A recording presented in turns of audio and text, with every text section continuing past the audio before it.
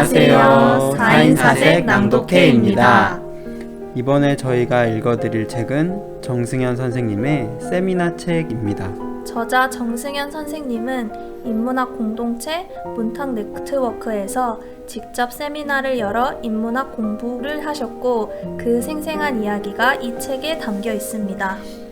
왜 세미나를 통해 공부하는 것이 좋은지, 그리고 세미나를 실제로 운영하려면 어떻게 해야 할지 잘 소개해주는 친절한 세미나 책. 그럼 어떤 내용인지 한번 들어보실래요?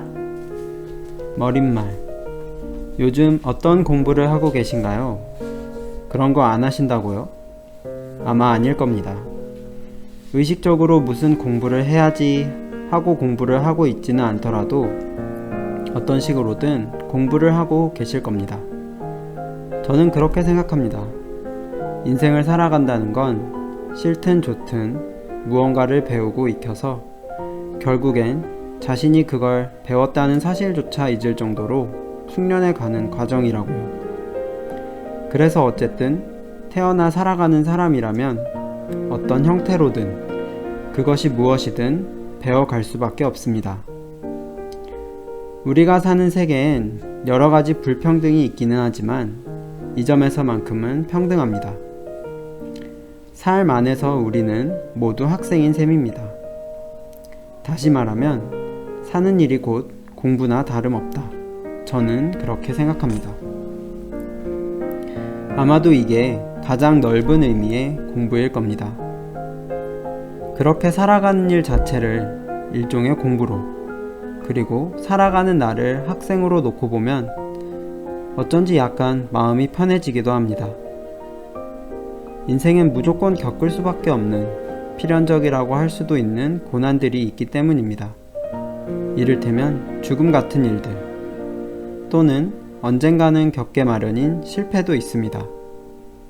조금 더 가까운 예로는 꼭 해야만 하는 것으로 주어진 일들 앞에서 겪게 마련인 갈등도 있을 겁니다. 만약 우리가 학생이라면 그 모든 고난을 일종의 연습이나 훈련으로 받아들일 수 있습니다. 연습하는 것이니까 실패해도 돼 라고 생각하면서 약간의 여유를 가질 수도 있고, 이걸 넘어서면 좀 더 단단한 사람이 될 수 있어 라고 생각하면서 살아갈 힘을 얻을 수도 있을 겁니다. 어쨌든 이 관점이 가진 가장 큰 장점은 당면한 고난에서 약간의 거리를 둘 수 있다는 점입니다. 다시 말해, 다음을 생각할 수 있게 되는 겁니다. 저는 이게 정말 중요하다고 생각합니다. 고난을 겪을 때는 몸도 마음도 거기에 단단히 묶여서 도저히 이후에도 무언가가 있을 것 같지 않거든요. 이때 그 고난을 배움으로 치환하면 나를 괴롭게 만든 그 사태를 해석할 여유를 확보할 수 있습니다. 인문학 공부는 바로 그때 위력을 발휘합니다. 인문학이라는 분야가 바로 삶에 대한 다양한 해석들로 구성되어 있기 때문입니다. 제 아무리 큰 스케일로 거대 담론을 생산하는 이론이라고 할지라도 결국엔 하나의 질문으로부터 시작된 것이기 때문입니다. 그 질문이란 바로 어떻게 살 것인가 하는 질문이고요. 이때의 공부는 좀 더 의식적인 의미의 공부입니다. 그렇다면 인문학 공부를 하면 그 질문에 대한 답이 척 하고 나올까요? 그건 아닙니다. 물론 답은 내릴 수 있을 겁니다. 그렇지만 그 답이 모든 경우에 다 맞는 답이 될 수는 없습니다. 다만 이럴 수도 있고 저럴 수도 있구나 하는 식으로 다양한 가능성을 가져다 줄 수는 있습니다. 그 와중에 그때의 적절한 답을 찾아낼 수도 있고요. 인문학을 공부하지 않으면 그 가능성의 폭이 매우 좁아지기 쉽습니다. 그러면 어떻게 살아야 할까요? 막막합니다. 저도 이 질문을 제 앞에 세울 때면 늘 막막한 기분을 느끼곤 합니다. 그도 그럴 것이 막막하지 않으면 사실 이런 질문을 자신에게 던지지 않기 때문입니다. 그러니까 이 질문은 삶이 어딘가에 막혀 막막할 때 나오는 질문입니다. 그렇게 막막할 때면 많은 사람들이 그렇듯이 저는 모든 걸 잊고 몰두할 것을 찾습니다. 그러니까 공부할 걸 찾습니다. 그리고 대개 그 공부란 인문학 공부고요. 그걸 혼자서 할 수도 있지만 막힌 삶도 막막한 마당에 막막한 공부를 혼자서 한다면 얼마나 막막하겠습니까? 바로 그때 세미나가 필요합니다. 공부할 것을 찾고 그 공부를 함께 할 사람들을 찾아 나서는 것이지요. 여기엔 두 가지 장점이 있습니다. 첫 번째로는 의식적인 공부 그 자체가 주는 효과입니다. 내 삶이 나에게 답하기 힘든 질문을 제기할 때 그 문제를 직접 돌파하는 주제를 찾아 공부를 하는 겁니다. 예를 들어 가까운 누군가의 죽음 때문에 괴롭다고 한다면 그걸 주제로 공부해 볼 수 있습니다. 죽음이라는 사태를 놓고 다양한 층위의 해석들을 살펴보는 겁니다. 그 사이에 내 괴로움은 그 특정한 죽음을 받아들이지 못해서 오는 괴로움에서 그 텍스트를 이해하지 못하는 데서 오는 괴로움으로 바뀔 수 있습니다. 공부가 마무리될 때쯤엔 그 특정한 죽음을 더 잘 이해할 수 있게 될 테고요. 말하자면 내 마음의 수용성이 더 커지는 셈입니다. 두 번째는 세미나라는 형식에 필연적으로 동반되는 네트워크에 접속할 수 있다는 점입니다. 사는 게 막막할 때는 어떻습니까? 혼자 있고 싶어집니다. 그러니까 스스로 고립됩니다. 그게 꼭 필요한 순간이 있기는 하지만 대개의 경우 자기도 모르는 새에 고립되곤 합니다. 그러면 막막한 일이 더 막막해집니다. 그래서 저는 그럴 때일수록 내 마음과는 반대 방향으로 몸을 움직이려고 애를 씁니다. 일부러 더 나가고 더 만나고 더 많이 이야기를 하는 것이지요. 매주 가야 하는 세미나가 있으면 한결 수월하게 그 일을 해나갈 수 있습니다. 거기서 내 괴로움에 대한 타인의 해석을 들어볼 기회가 생깁니다. 그러면 전혀 예상치 못하게 문제가 사라지는 일이 생기기도 합니다. 어쨌든 내 앞에 문제가 주어지면 일단은 그 문제와 그 문제를 풀고 있는 나를 동시에 살펴볼 시야를 가져야 문제를 제대로 볼 수 있다고 믿습니다. 그때 내가 아닌 다른 사람의 말과 글이 도움이 되는 건 당연합니다. 그 말과 글이 어떤 것이든 내 말이 아니라는 점 그 하나 때문에라도 들으려 애쓴다면 나에게 도움이 됩니다. 세미나는 결국 공부와 네트워크의 결합입니다. 철학자 칸트의 말을 살짝 바꿔서 이렇게 말하고 싶습니다.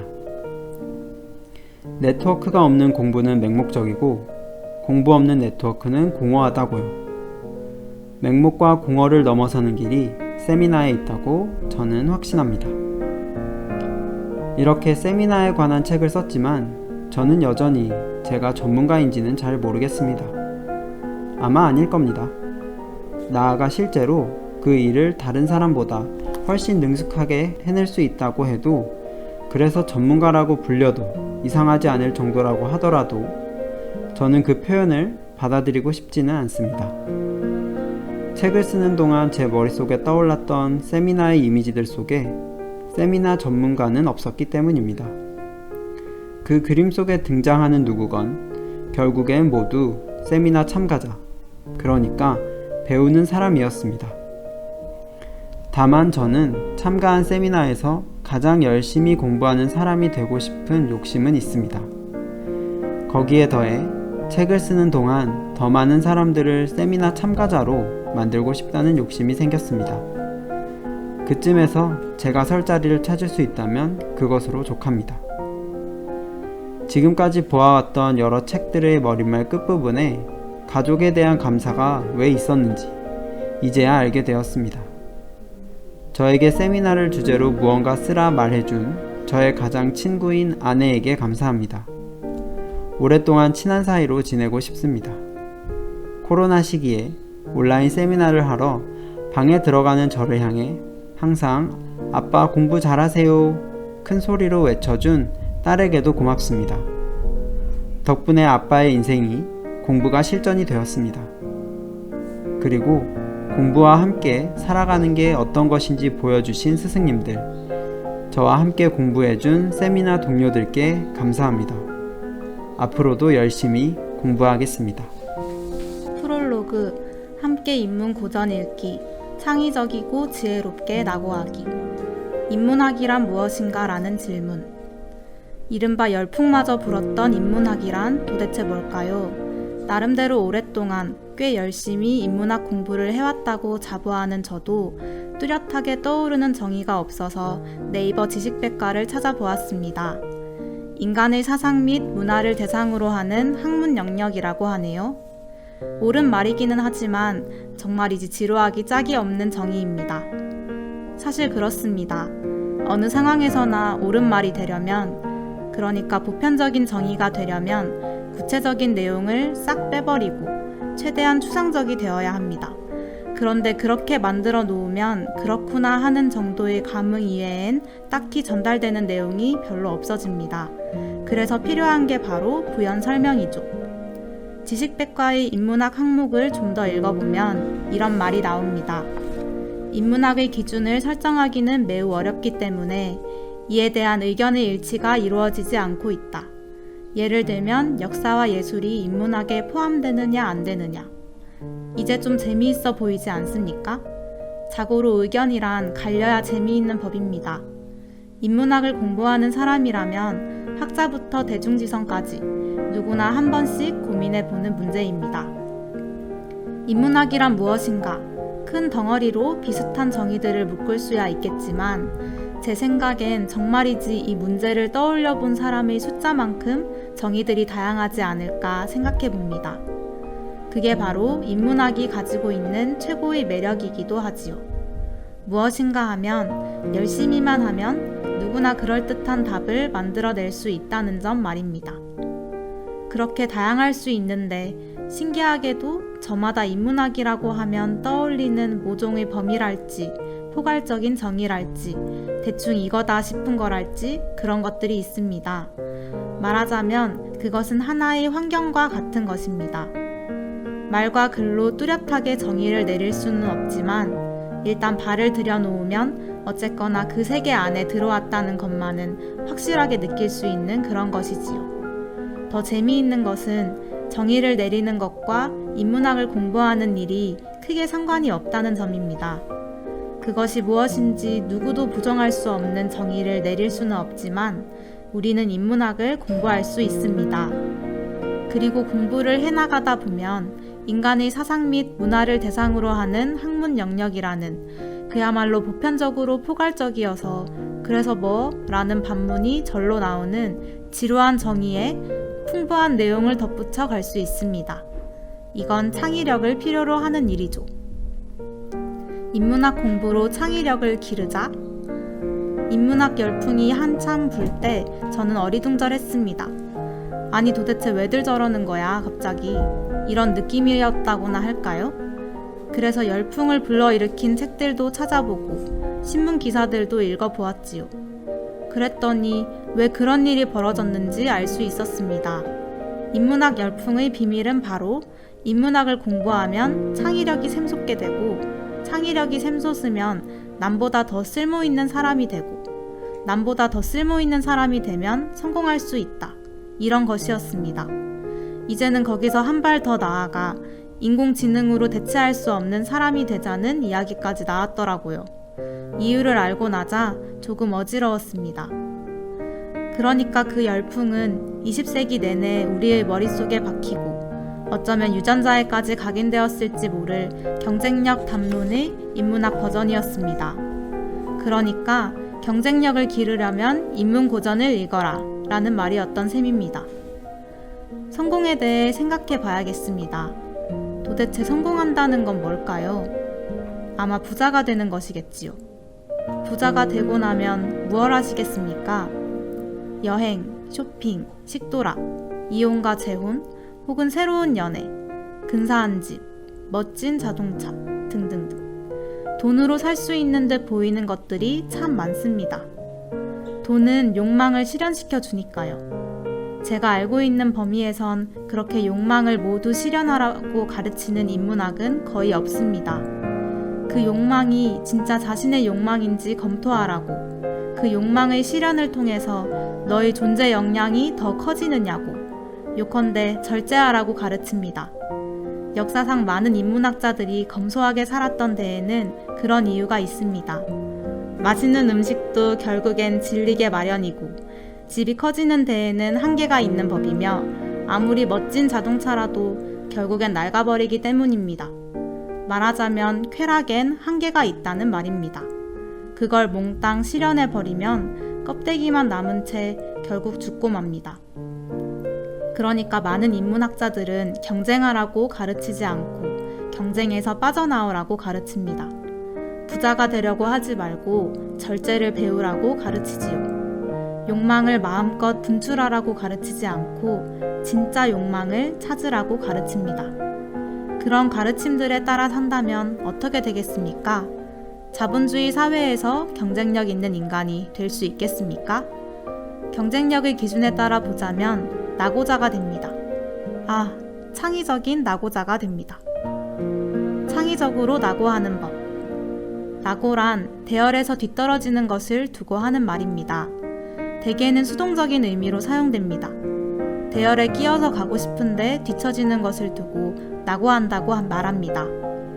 20세기 이래로 한국 사회에서 살아가는 모든 사람들의 공포를 자극하는 말입니다.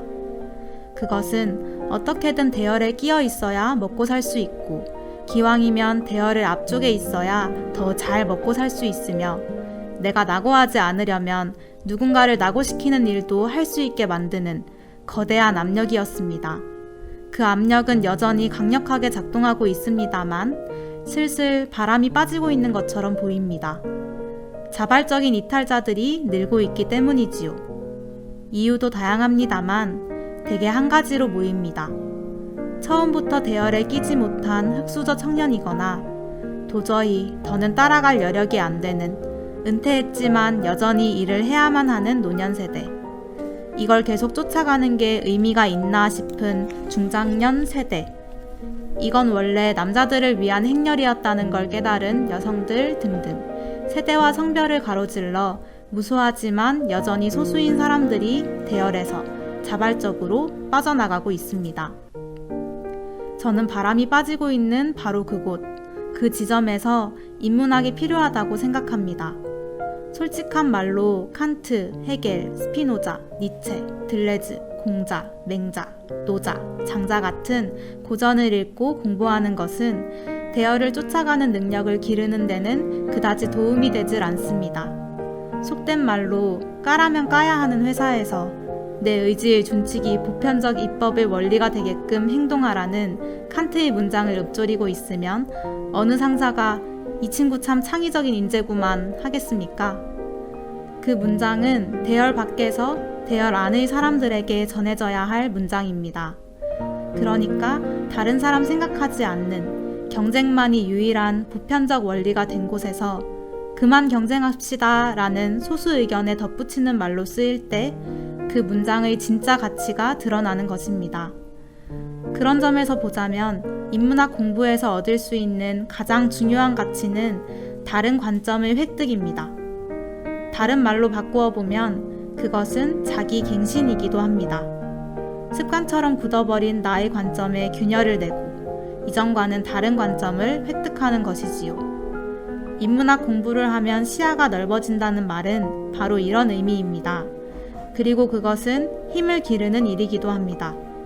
모두가 하나의 가치를 향해 달려갈 때 따라서 달리는 것은 그다지 어렵지 않습니다. 우리의 일상은 대개 그렇게 구성되니까요. 진짜 어려운 것은 달리기를 멈추는 것입니다. 멈춰서 그 가치에 대해 다시 생각해보고 나아가 달리는 행동 그 자체를 다시 생각해보는 힘을 기르는 데에 인문학 공부보다 좋은 것은 없습니다. 왜냐하면 인문 고전의 대부분이 그러한 멈춤과 생각 속에서 태어났기 때문입니다. 내가 어떤 사람인가? 나는 그때 왜 그런 행동을 했을까? 이런 상황에서 나는 어떻게 행동하는가? 나는 진정 어떤 상태에 도달하고 싶은가? 같은 질문들이 끝도 없이 나오는 책들, 그러니까 인문 고전을 읽고 쓰고 떠돌다 보면 나라는 인간이 훨씬 더 잘 보이게 되는 것이지요. 내 남은 인생을 어떻게 꾸려갈 것인가 하는 문제는 앞선 질문들과 싸우는 사이에 차츰 잠정적인 해답의 형태로 주어지게 됩니다. 그렇습니다. 딱 정해진 답이 있는 게 아닙니다. 어디까지나 잠정적인 것입니다. 말하자면 그것은 해답으로 주어지는 순간 다시금 갱신되어야 할 것이 됩니다. 이 세계에 깊숙이 들어온 사람은 대개 사회가 요구하는 가치들에 순응할 수 없게 됩니다. 사회에서는 창의력을 기르자고 하는데 이 사람은 창의력은 뭐지? 그걸 왜 길러야 하지? 그런 요구가 나오게 된 이유는 뭐지? 같은 식의 질문에 더 관심이 많기 때문입니다. 그러다가 결국 그것들이 그다지 가치 있는 것들이 아니라는 결론에 도달하게 될 수도 있습니다. 그렇게 되면 주어진 규칙을 순순히 따를 수 없게 됩니다. 내가 따라야 하는 가치들, 규칙들을 스스로 세우는 사람이 되어가는 것이지요. 오해하지 말 것은 자발적 낙오가 생계도 집어던지는 것은 아니라는 겁니다. 차라리 그것은 흔한 욕망에 사로잡히지 않는 것에 더 가깝습니다.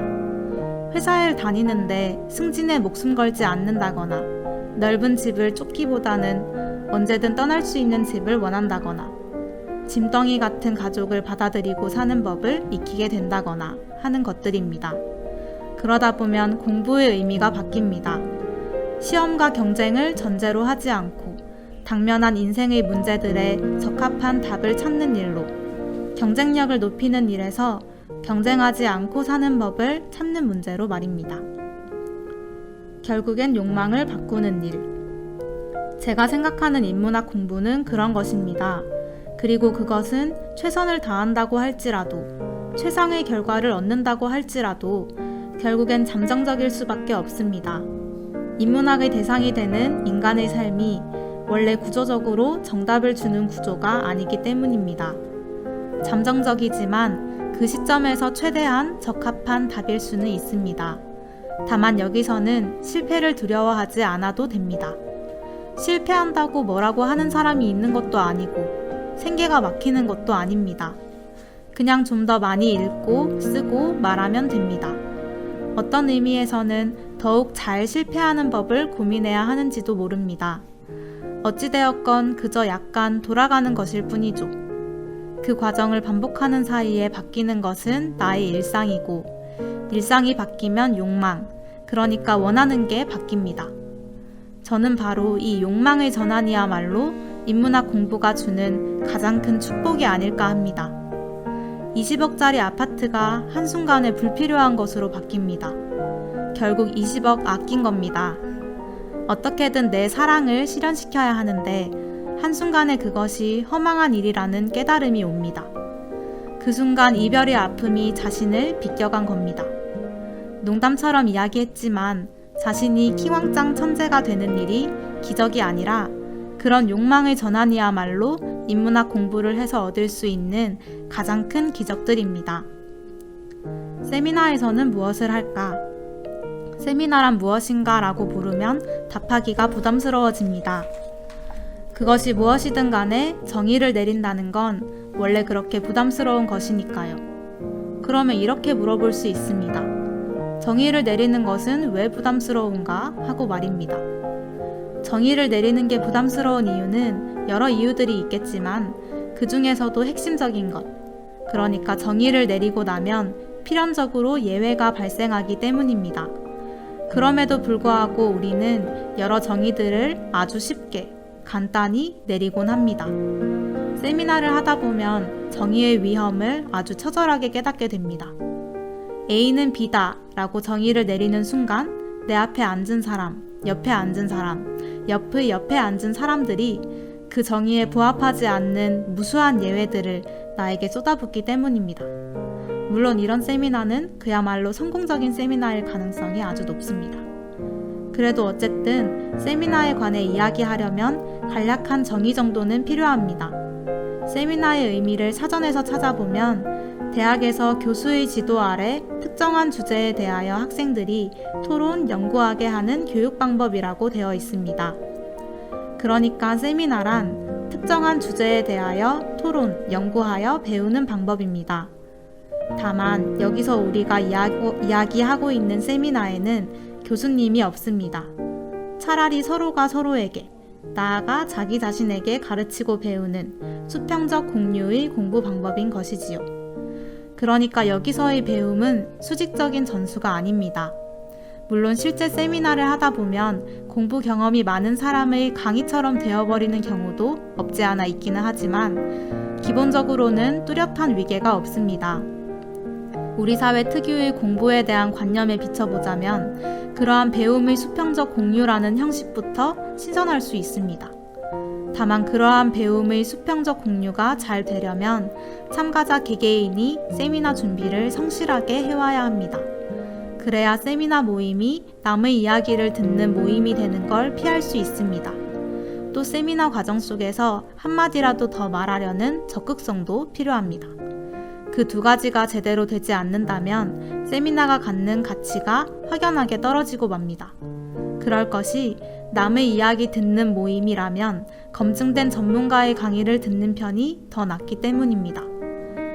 결국 세미나에서 무엇을 하는가 하면 미리 읽어온 책 또는 그에 상응하는 자료에 관한 이야기를 나눕니다. 이건 단순한 감상을 나누는 것은 아닙니다.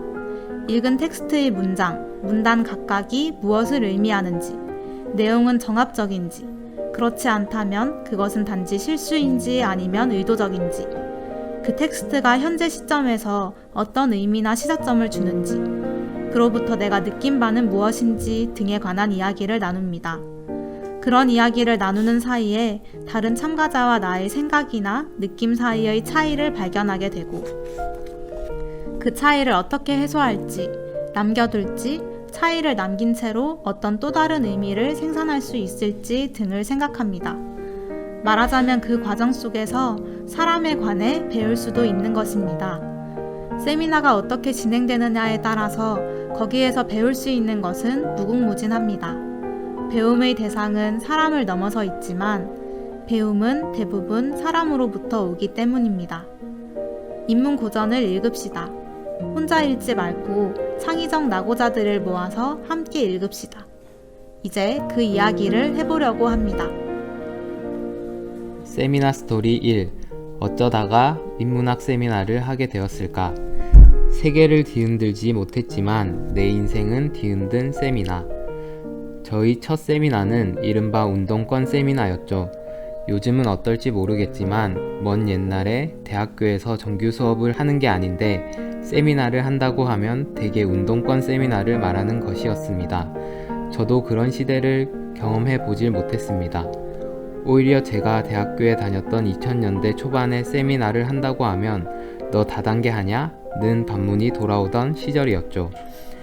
그때는 이미 전교생 5,000명인 학교에서 운동권이라고 부를 법한 학생들을 정파망론하고 모아봐야 50명, 아니 30명도 장담하기 힘든 수준이었습니다.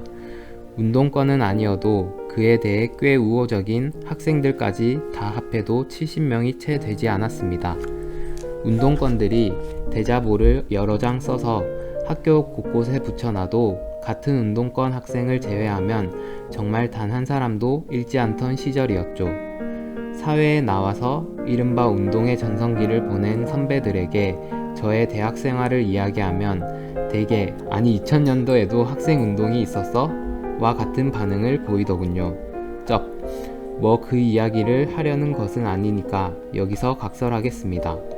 어쨌든 상황이 그렇게 암담했던 데다가 아무도 관심이 없는 분야, 학생운동에 빠져들기는 했지만 저는 그 시절의 활동, 그 중에서도 세미나가 제 인생을 가장 크게 바꿔놓은 두 가지 중에 하나였다고 생각합니다. 나머지 하나는 출산과 육아입니다. 다른 아빠의 탄생을 참고하세요. 그때로부터 20여 년이 지난 지금까지 계속 공부를 하게 된 것도 그 시절 덕분이라고 생각하고요. 그리고 그렇게 된 데에는 무엇보다 거기서 했던 공부 경험이 가장 크게 작용했습니다. 물론 졸업을 1년 남겨두고 몰두했던 전공, 철학, 공부도 대단한 경험이기는 했지만 학생들 각자가 서로 가르치고 서로에게 배우는 형태의 운동권 학습의 경험이야말로 저에게는 이 책에서 말하고 있는 세미나의 원형 같은 것이었습니다. 물론 원형은 원형일 뿐 지금은 그 모습이 아주 많이 바뀌기는 했습니다.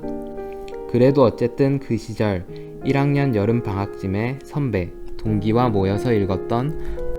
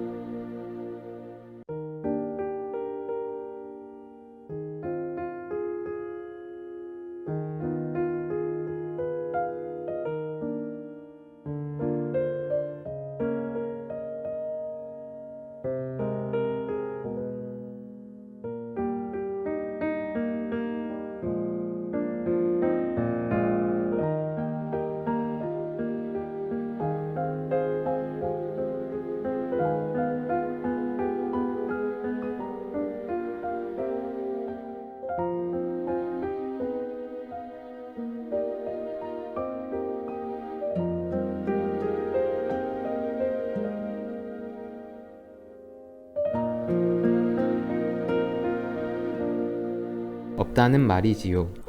어쨌든 그렇게 이런저런 관점 아래서 세계를 마주할 수 있습니다.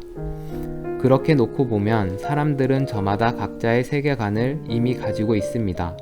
그런데 자신의 세계관을 어느 때고 의식하고 있는 경우는 많지 않습니다.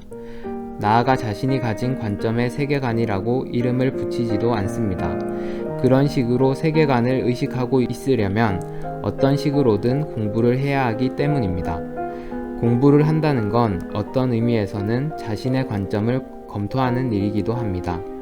물론 인간에게는 확증 편향이라는 습성이 있어서 자신의 관점을 다른 방향으로 수정해 가기보다는 강화하는 방향으로 가려고 합니다. 그런 경향으로 계속 가다 보면 그 세계관은 일종의 종교가 되고 맙니다. 원리주의가 그렇게 태어납니다. 반대로 지속적인 수정과 검토 속에서 불확실한 모든 것을 제거하는 방향으로 가면 아마 회의주의로 가게 될 것입니다. 제 생각에 세계관을 의식하며 사는 거의 모든 사람들은 그러한 두 가지 극단 사이에서 조금씩 왔다 갔다 하고 있지 않을까 싶습니다. 저도 마찬가지고요. 극단적인 것은 어느 것이든 좋은 점보다는 나쁜 점이 많기는 합니다만 그나마 회의주의가 원리주의보다는 낫습니다. 극단적 원리주의는 자신 이외의 모든 것을 파괴하려고 들기 때문입니다. 어쨌든 저는 그 여름의 세미나 이후에 돌아올 수 없는 강을 건넜습니다. 예전에는 강 건너에 어떤 것에도 흔들리지 않는 굳건한 이론이 있고 거기에 도착하는 것이 강을 건너는 일이라고 생각했던 적도 있습니다. 그런데 이제 와서 생각해보니 그때 강을 건너는 것은 그런 식의 육지에 도달하는 일이 전혀 아니었습니다. 오히려 어떤 식으로든 세계를 대하는 나의 태도를 지속적으로 갱신할 수밖에 없는 유동적인 상태에 이르는 길이었습니다. 그래서 저는 지금도 여전히 강을 건너는 기분으로 살아갑니다. 지금 강의 상태는 어떤지, 날씨는 어떨지, 잠깐 정박할 만한 작은 섬은 어디에 있을지 등등을 생각하며 살고 있는 것입니다. 그러니까 저는 나름대로 늘 제가 마주하고 있는 이 세계를 의식하고 있습니다. 그리고 동시에 저 자신을 의식하고 있기도 합니다. 내가 지금 어떤 상태로 살고 있는지, 무엇을 고치면서 나아가야 할지, 사소하게는 오늘의 컨디션이 어떤지 등을 따져봅니다. 그리고 그런 것들이 내 삶에 어떻게 영향을 주고 있는지, 더 정확하게는 내 삶과 그것들이 어떤 영향을 주고받고 있는지를 살펴봅니다. 이걸 단순한 말로 표현하자면 자기 객관화라고 할 수 있겠습니다만 너무 단순화하는 것 같아서 선뜻 그 말을 쓰기가 꺼려지기도 합니다. 어쨌든 세계관이 있고 그것을 통해 세계를 의식한다는 건 다른 말로 하면 그 속에 있는 자기 자신을 의식한다는 것과 같습니다. 공부는 결국 나를 해석하는 문제. 사람에게 세계란 어디까지나 자기가 경험한 세계일 수밖에 없습니다. 그래서 세계에 대한 질문은 결국 나에 대한 질문으로 돌아올 수밖에 없습니다. 제가 한참 운동권 생활에 몰두하고 있던 어느 날 문득 마르크스가 세계를 어떻게 분석했든 레닌이 세계를 어떻게 바꾸자고 했든 그리고 그 말들이 다 옳든 어쨌든 도대체 아무도 보지 않을 데자부를 매일 10여 장씩 쓰고 결국엔 누군가를 단죄할 근거가 될 문건을 밤새워 가며 쓰는 게 무슨 의미가 있나 하는 생각이 들었습니다. 그리고 저는 너무 피곤했고요. 매일매일 하던 일이 갑자기 무의미해진 순간이었습니다. 물론 그 사이사이에는 무수하게 많은 사건과 의미들이 틈새마다 가득 차 있기는 하지만 간략하게 말하자면 그랬던 겁니다. 이런 상황이 되면 누구나 내가 지금 여기서 뭘 하고 있는 거지? 같은 질문을 스스로에게 던져봅니다. 저의 경우에는 세계에 몰두하다가 자기 자신에게로 돌아온 셈입니다. 그리고 그렇게 돌아오게 된 계기는 당시엔 이런저런 이유들을 가져다 붙였지만 지금 와서 생각해보면 도저히 더는 어떻게 할 수 없는 피로감이었던 것 같습니다. 그런 상황에서 어떻게든 살아나가려면 당면한 자기 자신의 문제를 해석해 볼 수밖에 없습니다. 누구나 의식적으로든 무의식적으로든 그런 일들을 하고 있고요. 인문학 공부가 결정적인 힘을 발휘하는 순간이기도 합니다. 벌써 10여 년이나 지난 일이지만 저희 아버지가 돌아가셨을 때였습니다. 금방 부모를 잃은 여느 자식들이 그러하듯 저도 이제 더는 아버지를 볼 수 없다는 아쉬움, 생전에 아버지에게 잘하지 못했다는 데서 오는 죄책감 같은 것들로 한참 동안 괴로웠습니다. 어떻게든 하루하루를 살아가고 있기는 하지만 문득 돌아가신 아버지 생각이 나면 그 감정에 사로잡혀 아무것도 할 수가 없었습니다. 그런 와중에 언젠가 강의에서 들었던 이야기가 떠올랐습니다. 이 세상 만물은 늘 순환하고 있고 누군가 죽어서 사라지더라도 결국엔 흙으로, 공기로 되돌아오게 마련이라고요. 거기에 생각이 미치고 나서야 저는 슬픔에서 한 걸음 떨어질 수 있었습니다. 워낙 개인적이고 묘한 경험이어서 무어라 설명하기가 어렵기는 하지만 가장 담백하게 설명하자면 그때 문득 죽음이 한결 가볍게 느껴졌습니다. 그리고 아버지의 입장에서 죽음이라는 사태를 다시 바라볼 수 있었고요. 그 슬픔에서 빠져나오고 나서야 아버지의 지난 삶과 죽음을 한층 더 잘 이해할 수 있게 되었습니다. 그런 경험들 속에서 저는 인문학 공부가 그 어떤 실용 학문들 못지않게 실용적이라는 생각을 하게 되었습니다. 그것은 내 삶을 일정한 근거 속에서 해석해내고 그걸 바탕으로 다음을 향해 나아갈 수 있게 해주는 공부이기 때문입니다.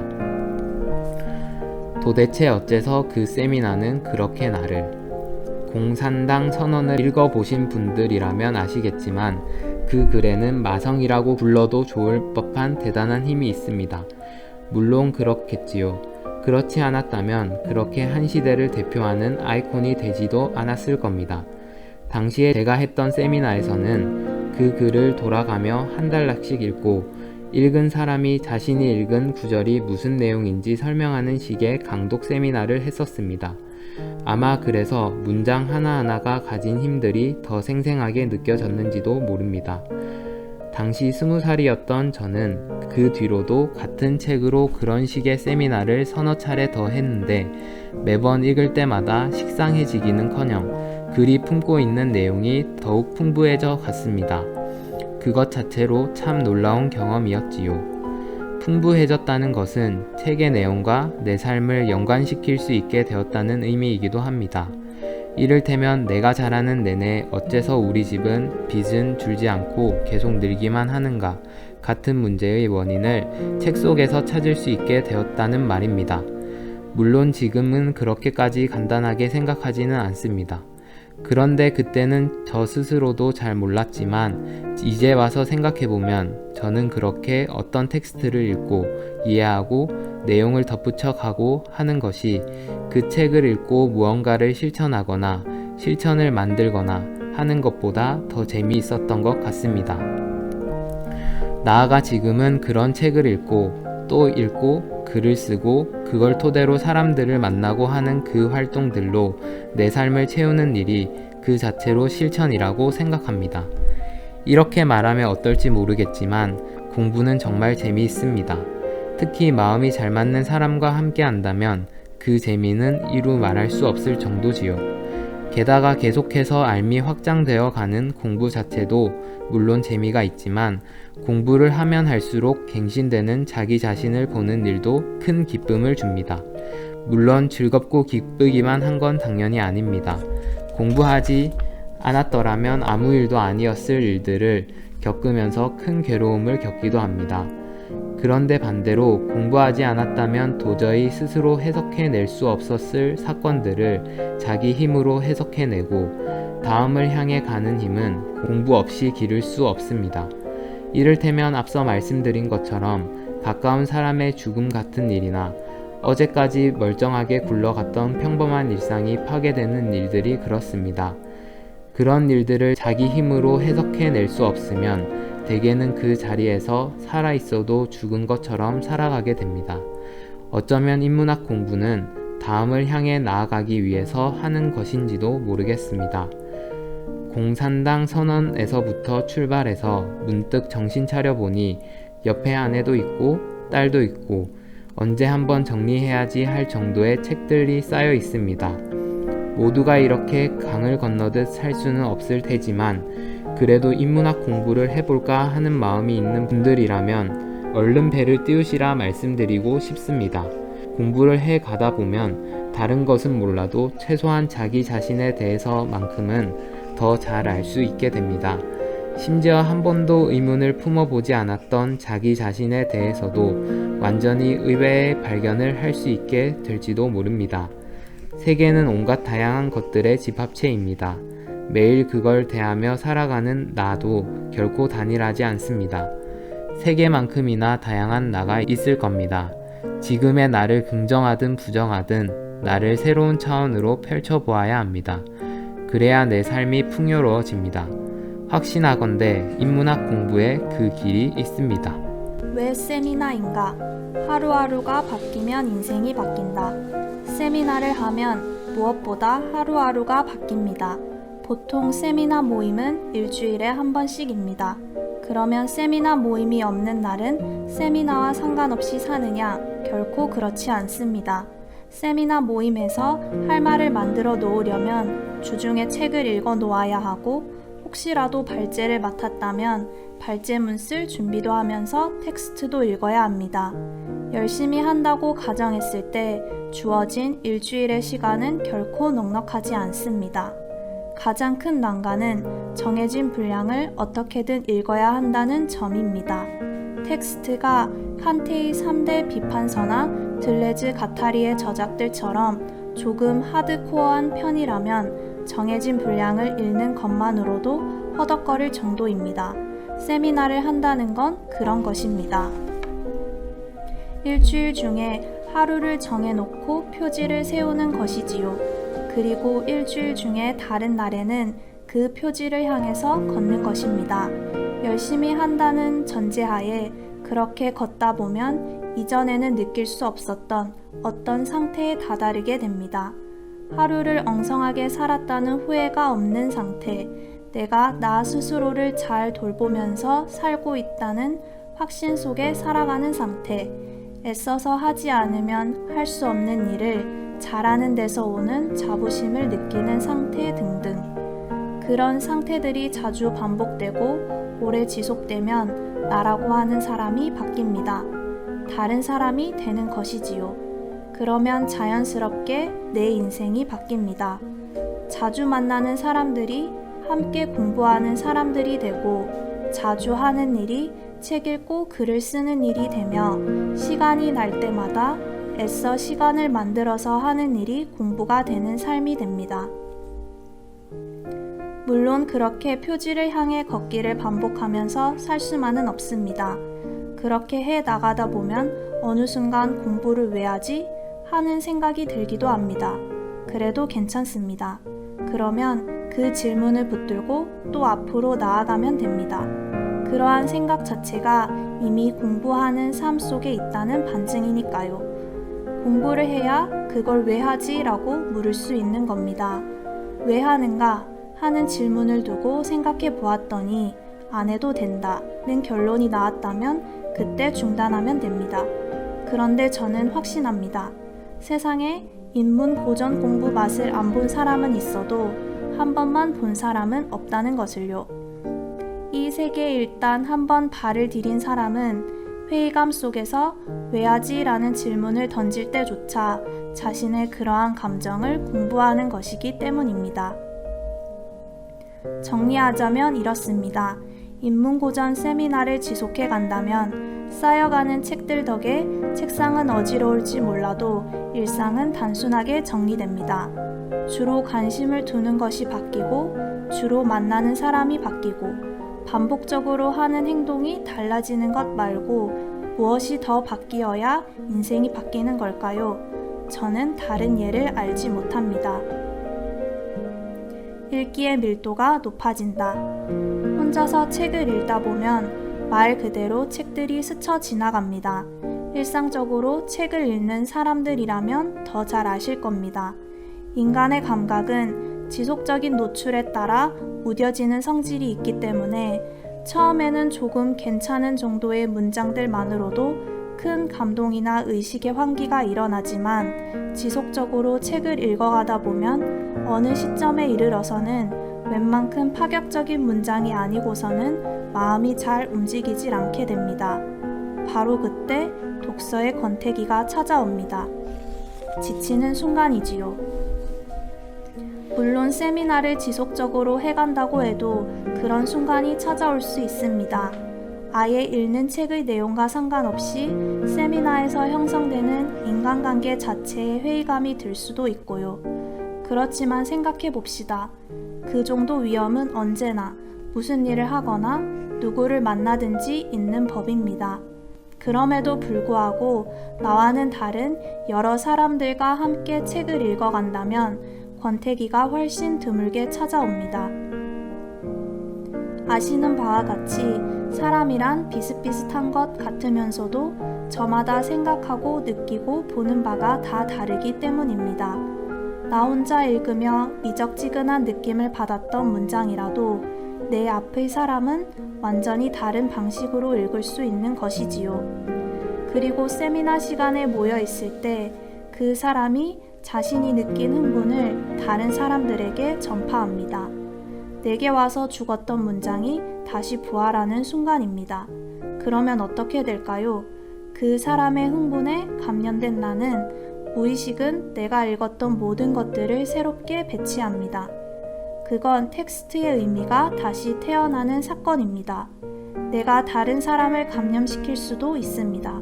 근사한 일이지요. 이런 식으로 텍스트를 읽어가다 보면 혼자서 독서를 할 때와는 비교할 수 없을 정도로 읽기의 밀도가 높아집니다. 내용도 더 풍부해지고 거기에 반응하는 내 감각도 더욱 예민해지고요. 물론 세미나가 성공적으로 진행될 때의 이야기이기는 합니다. 그런데 무슨 세미나든 하지 않으면 성공적으로 진행되는 세미나도 할 수 없습니다. 이와 같은 경험이 쌓이다 보면 읽기를 대하는 내 태도가 점점 달라집니다. 어떻게 하면 이 텍스트와 더 강렬하게 감흥할 수 있을지 고민하며 읽게 되는 것이지요. 그리고 어떻게 하면 함께 읽어가는 동료들에게 내가 발견한 것들을 더욱 잘 전할 수 있을지도 고민하게 되고요. 이런 읽기는 오직 함께 읽을 때에만 가능합니다. 이건 혼자서는 다다를 수 없는 강도로까지 읽는 나를 밀어올리는 읽기입니다. 어떻게든 끝까지 간다. 물론 모든 텍스트를 그렇게 높은 밀도로 읽어갈 수는 없습니다. 그럴 수 있다면 얼마나 좋겠습니까? 경우에 따라서는 그냥 읽는 것도 버거운 텍스트들이 있습니다. 공부를 시작한 지 얼마 되지 않은 상태에서라면 펼치는 모든 책이 그럴 수도 있고요. 문제는 경험입니다. 처음에는 힘들지만 차곡차곡 경험을 쌓아가다 보면 어느 순간 똑같은 수준으로 어려운 책을 만나더라도 그 책을 어떻게 다뤄야 할지 알게 됩니다. 이건 자연스럽게 체득되는 것이지요. 문제는 그 순간까지 어떻게 가느냐 하는 것입니다. 세미나를 한다고 할 때 가장 실질적으로 좋은 점이 저는 여기에 있다고 생각합니다. 세상에서 가장 깨지기 쉬운 약속은 어떤 약속일까요? 바로 자신과의 약속입니다. 이 약속은 얼마나 연약한지 약속한 지 1분도 채 되지 않은 시점에도 깨질 수 있습니다. 심지어 약속을 하는 순간에 동시적으로 깨질 수도 있지요. 이를테면 닭다리를 뜯으며 하는 진짜 다이어트 할 거야 같은 약속 말입니다. 그런데 약속은 속성상 그 약속에 참여하는 사람이 늘어날수록 튼튼해집니다. 물론 어느 정도까지입니다. 약속을 어기더라도 티가 잘 나지 않는 정도로 수가 늘어나면 이 역시 깨지기가 쉽습니다. 이를테면 법이 그렇지요. 어쨌든 세미나를 하면 나 혼자 읽기에 벅찰 정도로 어려운 텍스트라도 꾸역꾸역 읽어갈 수 있습니다. 세미나 동료들과 한 약속이 있으니까요. 그 약속을 어기기가 부담스럽기 때문입니다. 그런데 비단 그 이유 때문일까요? 정해진 분량을 다 읽어가지 않으면 창피해서, 세미나 진행자가 뭐라고 하니까, 아니면 약속된 벌칙이 있어서 꾸역꾸역 다 읽어가는 것일까요? 그런 이유들 때문만은 아닙니다. 앞서 말씀드린 일상이 정돈되는 느낌, 읽기의 밀도가 높아지는 기분처럼 긍정적인 상태를 지속시키고 싶은 마음도 꾸역꾸역 읽기를 지속시키는데 큰 힘을 발휘합니다. 그리고 바로 다음에 이어지는 친구를 잃기 싫은 마음도 큰 역할을 합니다. 함께 공부할 수 있는 친구가 생긴다. 친구에 대한 여러 이미지들이 있습니다. 사전적인 의미는 오랫동안 가깝게 사귀어온 사람입니다. 영화 친구에도 나오지요. 그래서 친구라고 하면 어릴 때부터 친해서 언제든 서로의 흉금을 터놓아도 마음이 편하고 어쩌다 한 번씩 만나지만 만날 때마다 어린 시절로 돌아간 것 같은 기분을 느끼게 하는 그런 이미지가 강합니다. 그래서 나이가 들어서 만난 친구는 진정한 친구가 될 수 없다는 고정관념도 있습니다. 그건 아마도 나이가 들어서 여러 이익에 엮인 몸이 되면 이른바 순수한 마음으로 관계를 맺을 수 없다는 생각 때문에 생긴 고정관념일 겁니다. 물론 어느 정도는 타당한 이야기입니다. 누가 나쁜 사람이어서가 아니라 어른의 조건이 그럴 수밖에 없는 경우가 많기 때문이지요. 그런 점에서 보자면 세미나를 통해서 만나는 친구는 정말 특별합니다. 드물기 때문에 특별한 것도 있지만 이 관계가 보통 생각하는 친구나 연인, 직장 동료 같은 관계들과도 많이 다르기 때문입니다. 심지어 학교 친구하고도 다릅니다. 세미나에서 만나는 사람들 사이에는 공통의 목표가 있습니다. 다름 아니라 공부를 함께 한다는 목표입니다. 이 관계는 묘합니다. 물론 인간관계를 넓히려고 독서 토론 모임이나 세미나에 참여하는 경우도 있기는 합니다만 그래도 세미나의 목표는 역시 공부일 수밖에 없습니다. 어떤 책을 읽고 싶다는 열망, 내 삶에 무언가 변화를 가져다 줄 알을 찾겠다는 열망 없이 그저 사람 하나 더 사귀려고 세미나에 참여한다면 오래 갈 수가 없기 때문입니다. 왜냐하면 그런 마음으로는 애써 책을 읽고 발제문을 쓰는 노력이 손해로 느껴질 가능성이 크기 때문입니다. 한두 번씩 결석을 하는 건 당연한 일이고 매번 나온다고 하더라도 주어진 텍스트를 제대로 읽어오지 않을 겁니다. 무엇보다 본인이 가장 괴롭겠지요. 물론 그런 계기로 공부에 관심을 갖고 참여한다면 이야기가 달라지긴 하겠지만 말입니다. 어쨌든 그렇게 공부라는 공통의 목표를 가지고 만난 사람들이니만큼 이후의 관계도 공부를 중심으로 흘러가게 될 가능성이 높습니다. 이를테면 다음에 무슨 책을 읽을까로 관계의 행로가 이어지는 시기입니다. 이렇게 만나는 사람들은 내가 요즘 너무 힘들어 같은 이야기를 소위 진정한 친구끼리 술 마시고 하는 주장처럼 하지 않습니다.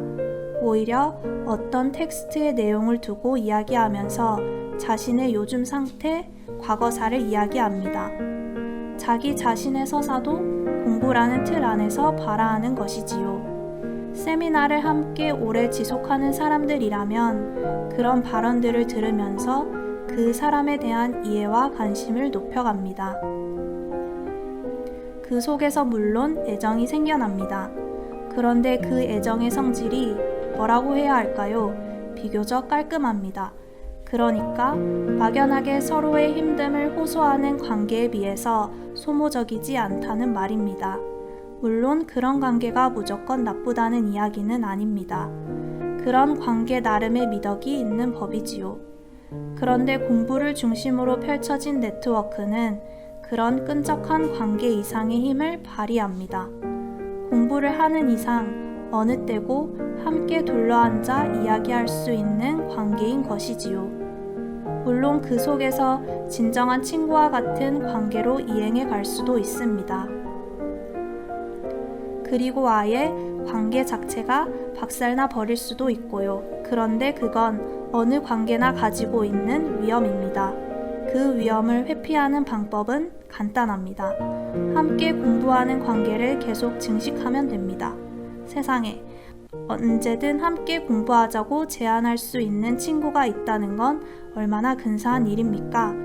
오랫동안 가깝게 사귀어온 사람에게도 쉽게 할 수 없는 제안입니다.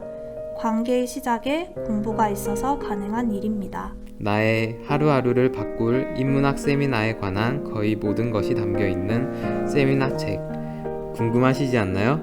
궁금하신 분들은 이 세미나 책도 읽어보시고 세미나에 대해 소개하는 유튜브 콘텐츠인 세미나는 세미나도 한번 보면 좋을 것 같아요. 그럼 또 다른 책으로 다시 만나요. 안녕.